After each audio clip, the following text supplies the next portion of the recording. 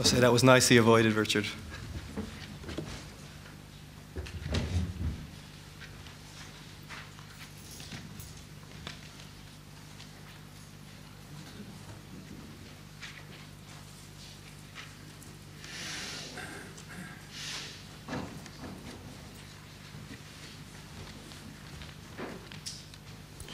Okay, can everybody hear me?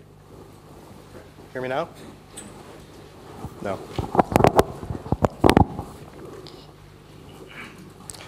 Okay.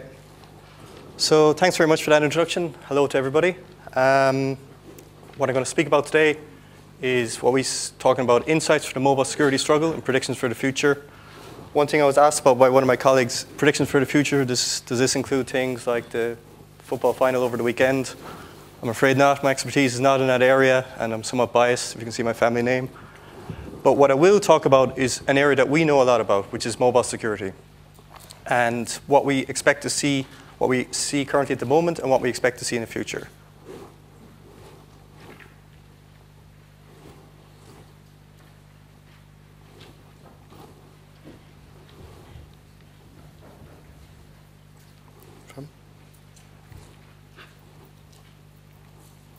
Okay, we're working.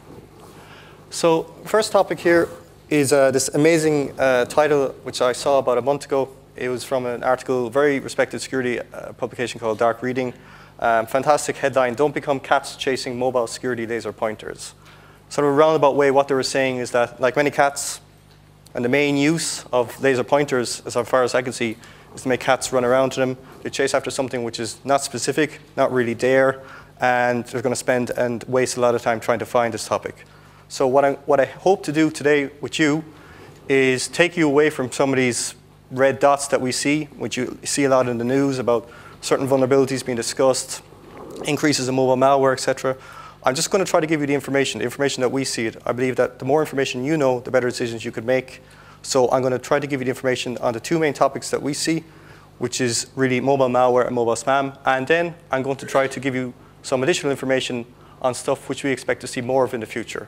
So primarily around privacy and primarily around the use of the mobile networks other than actual people, such as machine-to-machine communications. Now, there's no way I can fit in what I want to talk about here. I was removing slides again, even last night. Thank God, say you, because I won't be speaking that much. So I can only give you a taste. So what I'm trying to do give you here is information which you can use and take away, and you'll know more than the average person, far more than the average person, I hope, on these particular areas when it comes to mobile security. First, an overview on adaptive mobile. Why we can actually speak on this is that we see ourselves as not one of the leaders, but the world leader in mobile security. We've sold solutions which currently protect mobile subscribers in one form or another for over 800 million mobile subscribers. That's hundreds of millions of people around the world. When they use the mobile network, they're influenced by our product and protected by us in one shape or form. We see ourselves as unique because we do a complete multi-bearer solution. It's not just SMS, it's not just mobile email. It's every time you use a mobile device and you're influenced by a mobile device, some way or another, we have a solution that will protect you there. We're scalable. We work all the way up from very small mobile operators all the way up to the largest, some of the largest mobile operators in the world. What we see is with industry-leading experience. We've been doing this for a long time. As Rich mentioned, I'm involved in many different forums. I'm the chairman of the GSM Association's Mobile Malware Group. And I have other colleagues who are chairman of other groups. We participate a lot when it comes to mobile industry. We are involved in all the key players. And this is why I'm very happy to address this group, because I believe this group could be one of those players, is one of those players. We're privately held, and we're a global presence. We are an Irish company. Our headquarters is in Ireland. We employ 80 people in Ireland alone, but we have offices around the world. So, you know, this is one of the reasons why I came to work for Adaptive. We're an Irish company. I want to work for the best, and I believe they are one of the best here. So first topic is mobile malware. And you know, you're spoiled to choice when it comes to try to find headlines on mobile malware, especially recently. There are so many discussions, so many topics about Android security, iPhone security, massive increases in mobile malware, compromised apps, Trojan apps. There's a huge amount of information there because, I'll be perfectly honest, mobile malware is sexy. People want to talk about it. It sounds cool. We all have very special phones, phones that we relate with, and the idea that could be something wrong with them And that's a whole new frontier for a lot of people. You know, PC malware has been done for a while. Mobile malware seems like it's very, very interesting. And there's also this perception as well that it's, you know, it's very new. It's only just happening. But actually, if you look at it and look at it as a history of what's occurred over time, it's actually been around for quite a while. The first different types of mobile malware came about around 2004, and they were really about proof of concept type attacks. So I don't know if any of you remember these names. One of the very first mobile malware was an infection called Kabir. It was basically proof of concept designed to spread by Bluetooth. Very simple, didn't do a whole lot other than spread by that. A very famous one in our industry was an infection called ComWarrior. What this simply did was try to spread via picture messages. And it would just spread continuously. So there are limited effects. Their effects were quite limited on what they could do and what sort of malicious effects they could do. But they were really trying to prove the concept that you could spread an infection via mobile means, and you could actually cause a problem with devices. So this changed around 2006 period when we got more advanced mobile malware. So some examples of these, famous examples, was one called Flocker. This is one of the very first ones which exploited or tried to make money directly from an infection. Where this affected was, it was a Russian malware which is then ported to Indonesia. It took advantage of a flaw in the Indonesian mobile operators' billing platforms where they were able to transfer credit between each other. And it just tried to transfer credit all the way to one particular person. There was another very, very famous infection called Hattie Hattie. This is a major own goal, actually, by one particular Symbian developer who I know personally. It was designed as an AV client. It was meant to inform you when your phone got stolen. But what it did, he released a test version by mistake. And that test version sent messages to specific numbers, including, believe it or not, the phone number of the Juventus training ground. But the problem was that these were actually designed to be Italian numbers, usable, accessible within Italy. And so when this application was used around the world, it caused problems in that they were trying to send messages continuously to these Italian numbers and caused a lot of problems with mobile operators because they had all these devices which were trying to send messages to inaccessible numbers. So this was inadvertently a type of network affecting type of malware. And then we have this application called FlexiSpy. FlexiSpy is really the poster child of a particular type of application called Spyware. FlexiSpy, if you ever look at its website, it's a fantastic website. Catch your cheating spouse. There's no ambiguity of what it's designed for. You, the trusting husband or wife, is meant to find your spouse's mobile device, install this application, leave them off with it, and then you can track their location, who they're speaking to, what messages they're receiving, anything you want. So, and that was quite a complicated type of functionality. So we could see that mobile malware is becoming more complex. And then from 2009, we were seeing what I call the latest stage, the third stage of mobile evolution, really become much more sophisticated. Previous types of malware is being really one person developing and trying to use. For in the case of our Flocker example, one particular, assumably Indonesian hacker tried to reuse Russian malware to make money for himself. But now we actually see automated type of malware development. We see different companies called affiliate networks. They start to share malware components within each other. So for example, these are just some latest ones. SMS Zombie. This exploits a billing exploit in some Chinese mobile operators. Again, it's trying to retrieve credit from infected devices. It reuses a lot of functionality from earlier types of malware. Finfisher, this made news quite recently. Type of commercial spyware, quite advanced, so wasn't being picked up by a lot of the AV vendors. And Zeus Mitmo, which Paul discussed briefly. This is a really complex. The malware was not so much complex, but this formed part of a really complex type of exploit. So Zeus, as you all well know, is a type of infection on fixed line devices trying to get your banking login details. Now, what some banks try to do to get around this and other types of flaws is to try to introduce two-factor authentication. Two-factor authentication is where you confirm your identity twice.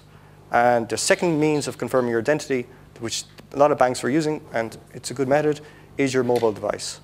However, to get around this, what Zeus Mitmo does is an application which is serendipitously installed on your device, intercepts the confirmation of any type of banking transfer request, and then makes sure you don't see that and sends it to the hacker.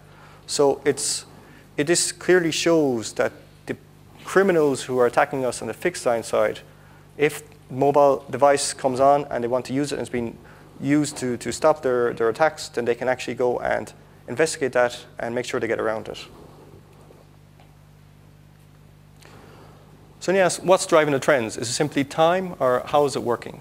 Well, some of the main factors here is app stores. The reason we see a large amount of mobile malware now is that the centralized position, the centralized format of app stores means that this is a centralized place that people are used to. They have the experiences to go to download applications from, and they're okay with that. They're comfortable with that. So it puts a single place in one particular area for them to download applications. Also, the main problem with malware is not the official app stores, it's third-party app stores. So when you go to an official app store, you see some application for sale and something you want, Angry Birds, $5, or whatever the price is. I want it, but I don't want to pay for it yet. Then you go to the third-party app store, and you see the same application for sale, and it's not even for free. And you think, well, this must be a better app store. I'm going to download this application. However, because they're so used to downloading from app stores, the main focus on malware authors now is to try to place applications into those less policed third-party app stores and exploit your desire to get that application for free. So the whole app store mentality is driving the development and the push out of more mobile malware. Obviously, processing power. The early devices, Symbian devices, weren't very sophisticated, weren't able to execute many commands. Also, there was a lot of fragmentation when it came to mobile devices. Like any software developer, if you want to develop a product, you don't want to do 20 different versions. But with now the essential duopoly of the mobile industry by two main players, the number of platforms you have to support is considerably reduced. This helps any software development, and that includes mobile malware. And monetization. There's a very famous quotation when it comes to accounting. It's called the Willie Sutton rule of economics. Willie Sutton was a bank robber in the 30s. When asked why was he robbing banks, he said, well, that's where the money is. The exact same thing is here. I mean, there is money in mobile devices, and it's basically a direct connection to your credit card or a direct connection to your bank account. So why wouldn't you go there? Okay, and very briefly, if we talk about the two main types of mobile malware, which we see as causing the most damage, simple 50-50, if the simple split, Trojans and spyware. Trojans, what they try to do is they try to send an SMS to a premium rate number or dial a premium rate number. This is how they make money. Now, how they can be encompassed or how they can be distributed, be any type of Trojanized application. For example, here, I've shown an application called Battery Supercharger. This was actually present on the Android Google market. We worked with Google to remove it. All these different phone numbers on the left-hand side are all the different numbers which this application sent a short message to take money directly from your account.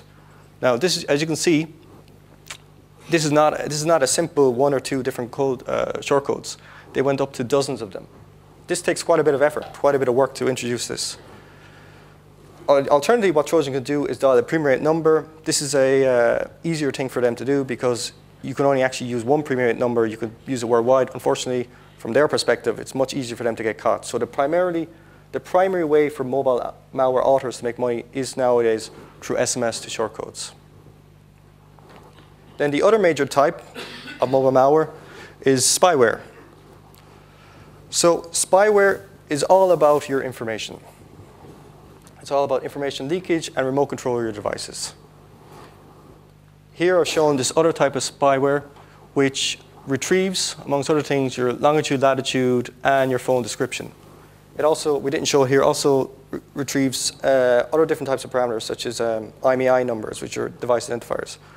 Now, the reason why it wants to get your information is that, like any type of industry, when it comes to internet industry, you know, this information is power, information is key.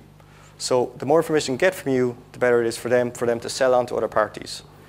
You can see here, in the battery supercharger, a criminal is unlikely to be able to set up all these different types of shortcodes. You know, they don't have that capability. They don't go around and negotiating these type of arrangements with these different type of aggregators. No, they work with other parties to do this for them. This shows there's a value chain of work. They need other people to put segments and components in place for them to make money. The same with spyware. It's very unlikely a criminal is going to make money directly from your location information, or who you spoke to, or where you went to. It's what they do is they try to sell it to others. That's where the value is, and it is worth something to somebody. Now, a question we get a lot, and a question I ask a lot, is how prevalent are these, and how much mobile malware is actually out there? So I can tell you, when it comes to Trojans and spywares, sometimes in certain quarters we see increase in one, we see an increase in another. But the key question we should be asking is exactly how much mobile malware is out there? And that's a very important question. We know we see a lot of stats out there, we see a lot of stats in the news, but if you look at those stats, they may not actually be telling you what you're really asking for. I love stats. Here's some red dots I want to look at. So this is a number of mobile malware being reported by, and these are just, I've just taken 5 AV companies, only the AV companies which actually gave out their information publicly on new samples. So this doesn't actually, I'm not focused on any one company in particular. But these 3 companies here was the number of mobile malware samples which they had in their system by the end of 2011. So a sample is a unique version of a mobile malware. It can be differ by only 1 or 2 bytes. It can still count as a unique sample.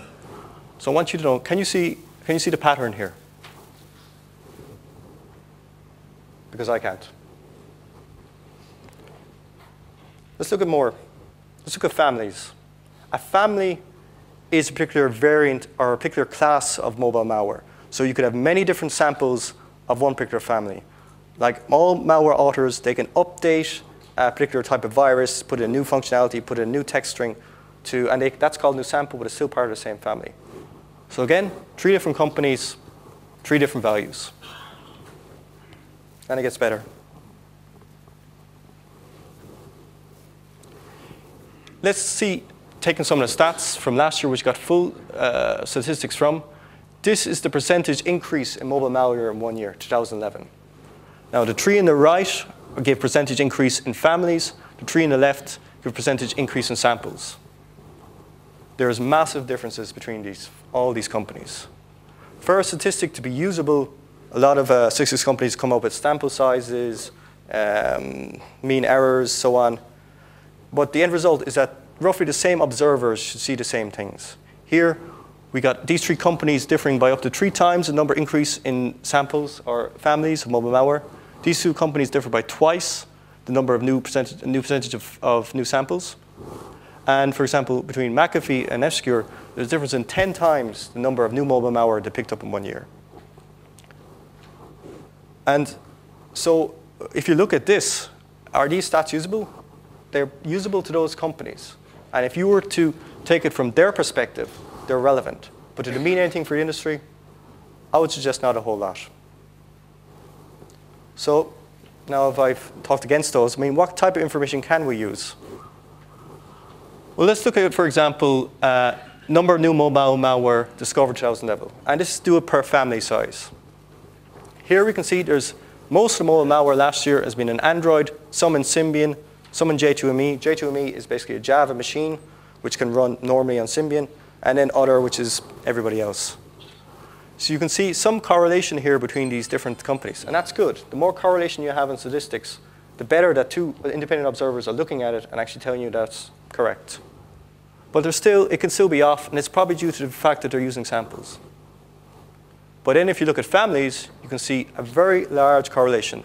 And I would expect the difference between these 2 middle guys is the fact that most J2ME applications run in Symbian, and they're classifying them different. So this is a statistic that you could use. You could say that the vast majority of mobile malware being discovered now is on Android. And that's usable. That's something you can use. So what's the end context, though? What statistics, what can we take away from all of this? Context is everything. When you see a presentation with 1,000% increase in mobile malware, that's probably what they're detecting. It doesn't actually mean what's actually out there in real life. And a lot of the companies now are moving to other statistics. So for example, they're using better ones, such as the amount of infected apps in an app store. That is a usable statistic. It means something to you. The ideal range is, the ideal numbers we want to give is percentage infected devices. And that's something that us and most companies will not give out because it's not something that information is accessible. But it is key to telling what's actually going on. And as time goes on, that type of information will be given out more and more. But take it from me, when you see a percentage increase in samples, read into it and try to figure out what's actually being said. Not saying mobile malware is not a problem. That's completely the opposite of what I'm saying. But some of the statistics that are being used to talk about it are not that usable. However, what I will give you some predictions on is that we're going to see increase in all malware. And if you're paying attention, you say, what is that increase? That increase in number of samples, families, affected devices?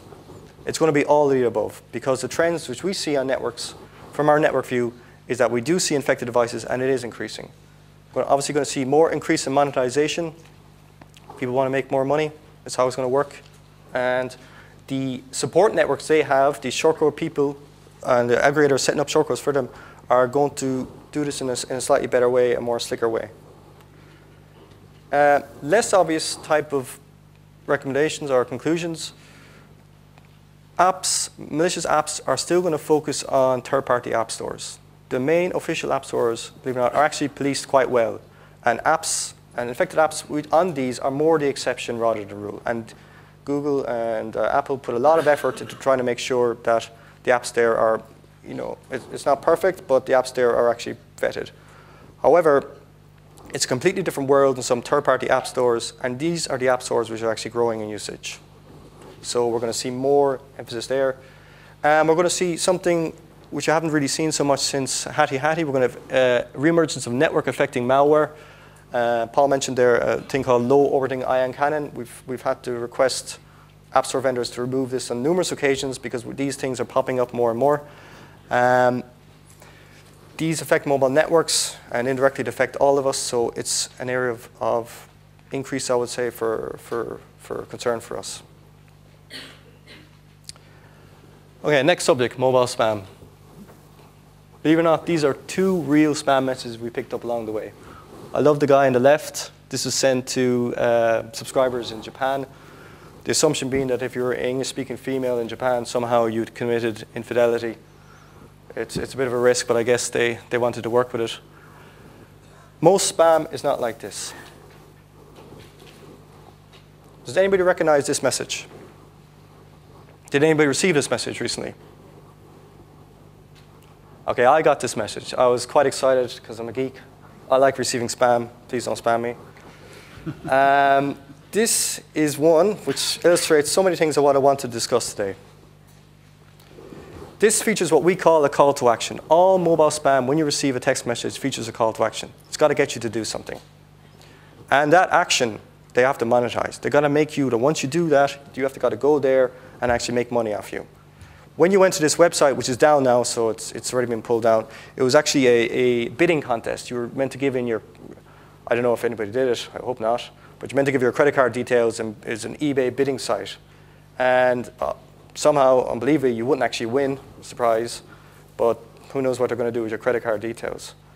And you can see that bears no relevance to what actually they're speaking about. They're trying to get you some sort of gift. So you see there's a big difference there between the website and what's actually being portrayed or what's actually being given to you.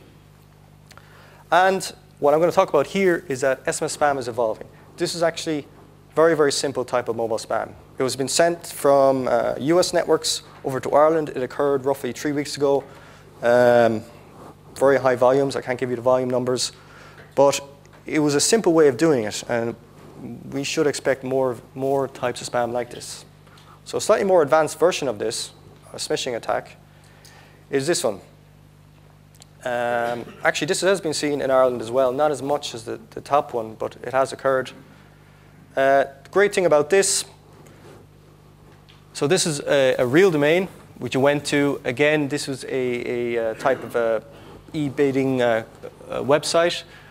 But the MO that they used here was reasonably sophisticated, not especially, but quite sophisticated. They had 12 different senders. They sent out nearly 60,000 messages in over a 3-hour period. How we believe they sent them is that they actually got sort of a special device called a SIM box. They put in multiple SIMs. They send out tens of thousands of messages.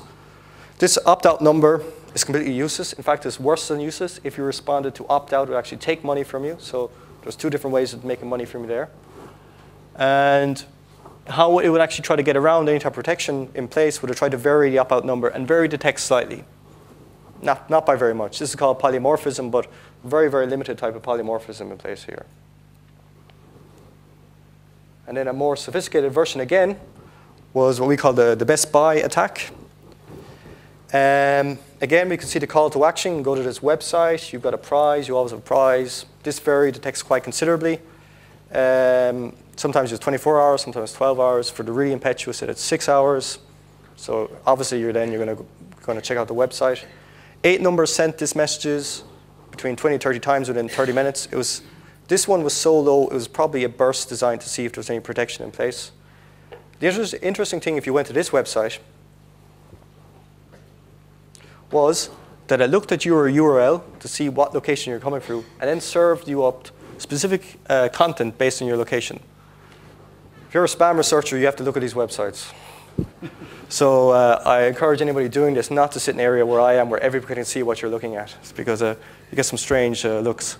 So this is the type of information you're being given, and it's been encouraging you to sign up. Now you can see this bears no relevance whatsoever to Best Buy. This again shows the value network in place.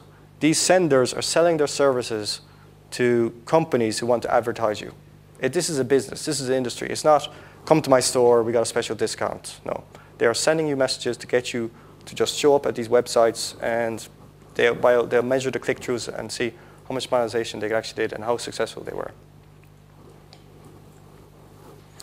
And why are we seeing these types of spam now? Well, there's a lot of changes that's occurring. So SMS spam has been discussed for a long time. Ever since the first text message was sent, people saying, well, you might receive a spam message.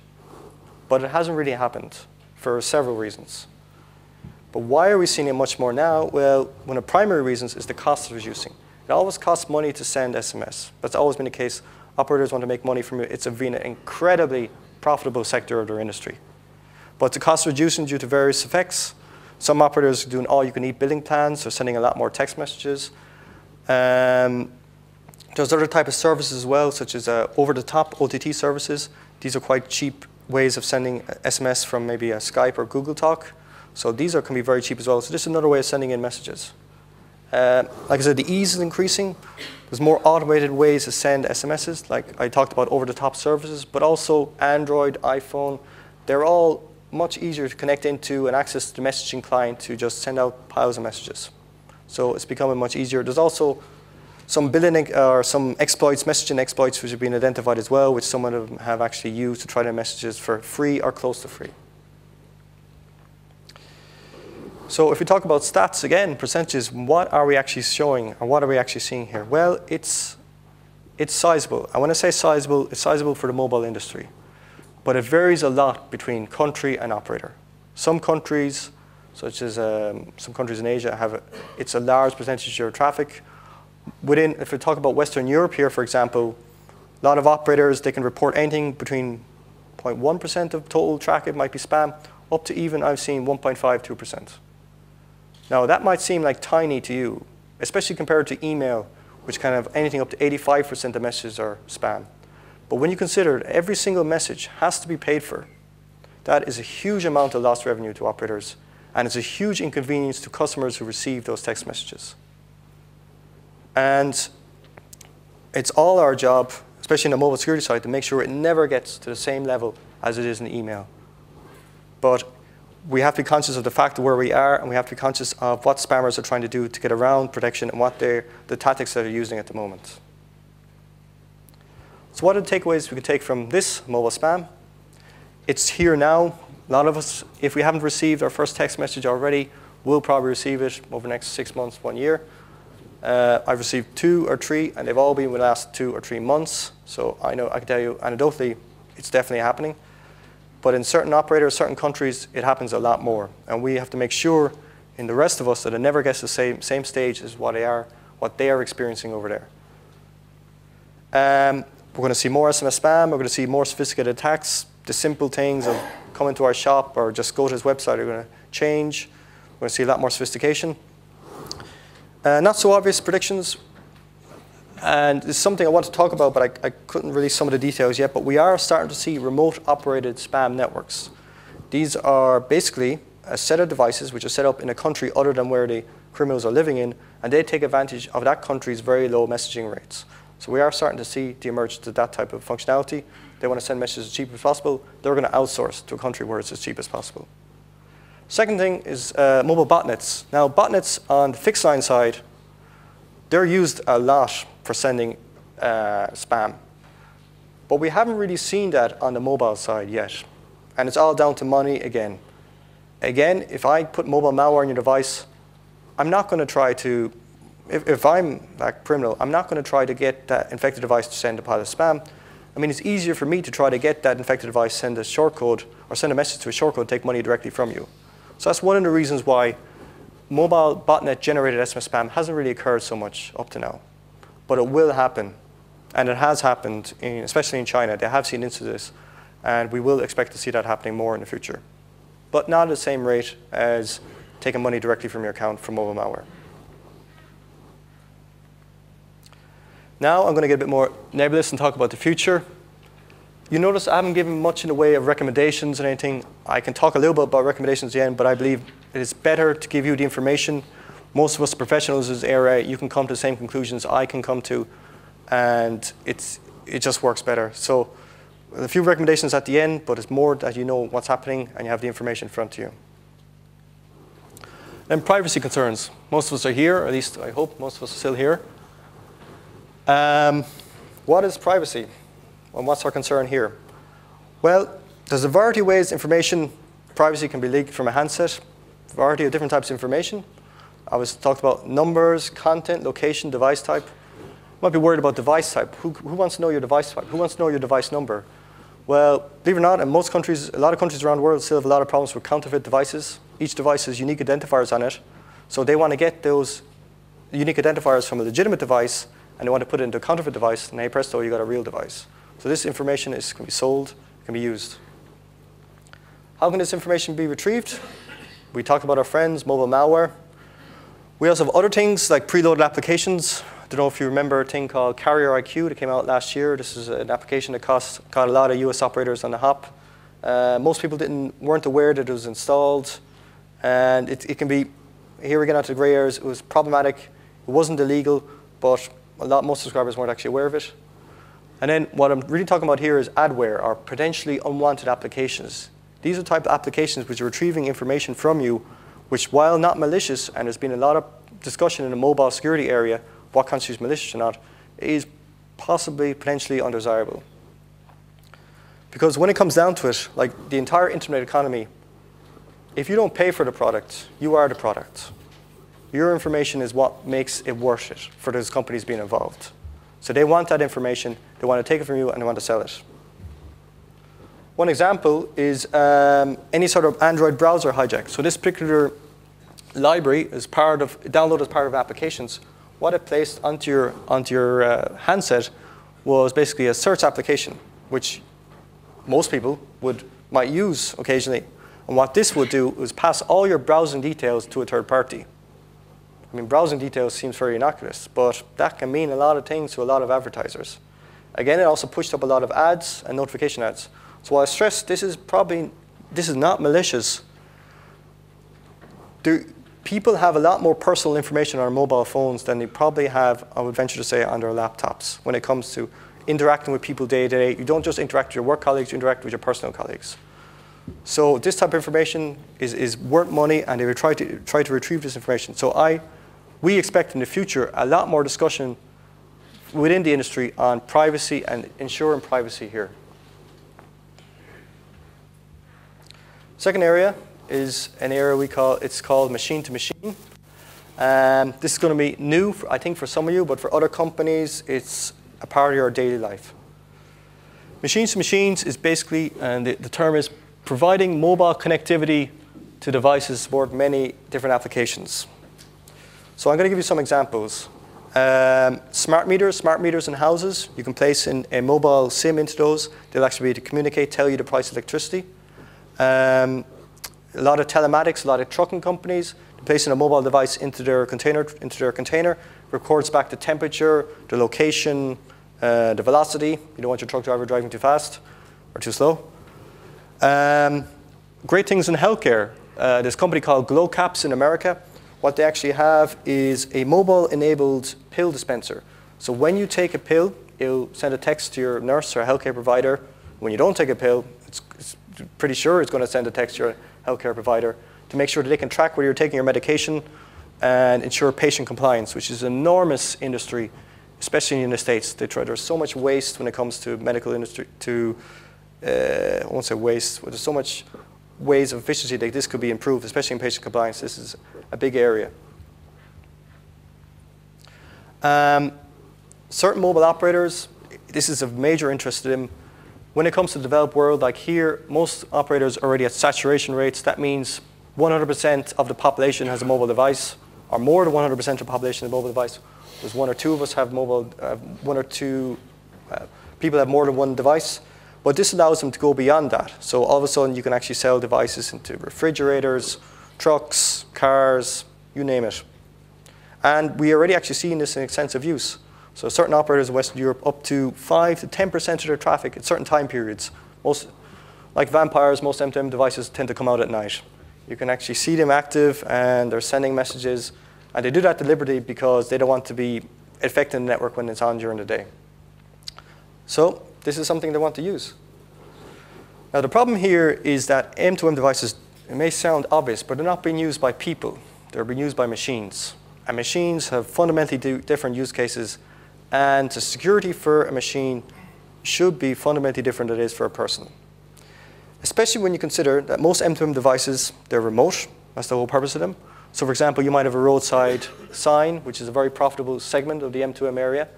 If there's a problem there, you're not going to be able to report it. If you have a problem with your mobile device, you can't ring somebody, you're going to know about it. So you're going to take it into your shop and say, I'm not able to hear from anybody. So when it comes to an M2M device, you have to do remote monitoring. You won't know first that it occurs.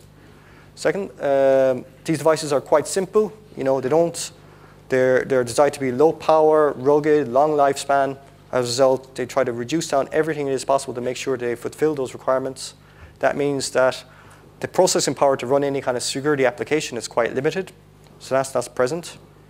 And then the main thing is that the uses of these is in a lot of different segments. It's, I would say, more important it is for people.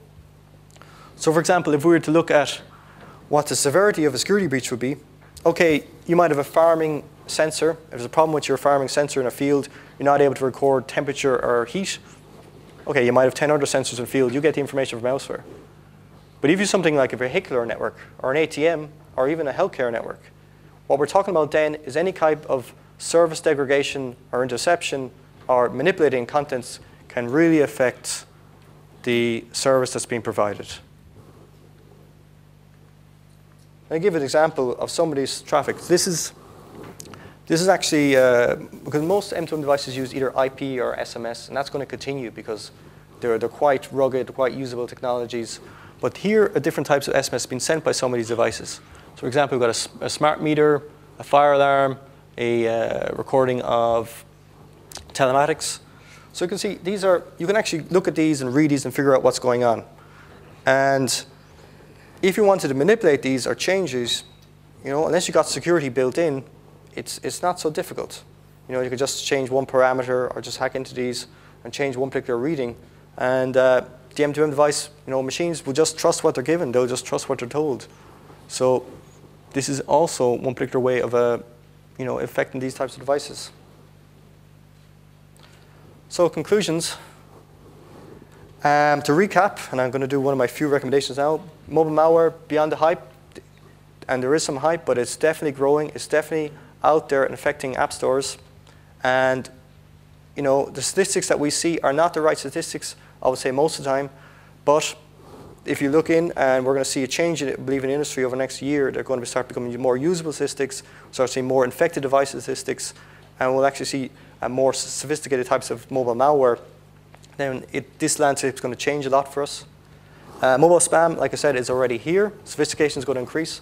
More of us here in this room are going to receive mobile spam. I guarantee that. And then when it comes to the future, privacy, it's all about location. Not only location, It's all about any type of information they can receive from you. And this is going to be discussed more and more in the future. Machine-to-machine networks. I've done a lot of research in machine-to-machine. That's why I talk about it with such interest. It's a really It's a really interesting industry. A lot of companies here, for example, will be using it. But it's critical that if you're using it, you are aware what security is in place and you take into consideration what security needs to be in place. And for all these different types of topics, one of the best things I could do is just, be sensible. For mobile malware, don't go to third-party app stores. Mobile spam, don't click on things you don't believe. And I want to say one of the most pressing things I would say is to also talk to your mobile operator. I mean, see what services they're providing, seeing what they are doing with you for mobile security, and what they can actually provide for you. Because at the end of the day, you and I can only do so much. We want to work within the entire industry to actually provide those services, especially on the mobile side, to make sure that security is taken care of. But let's be honest here. Comparison networks, mobile networks, and I stress this because I work in the industry, they're still secure. They can still be trusted.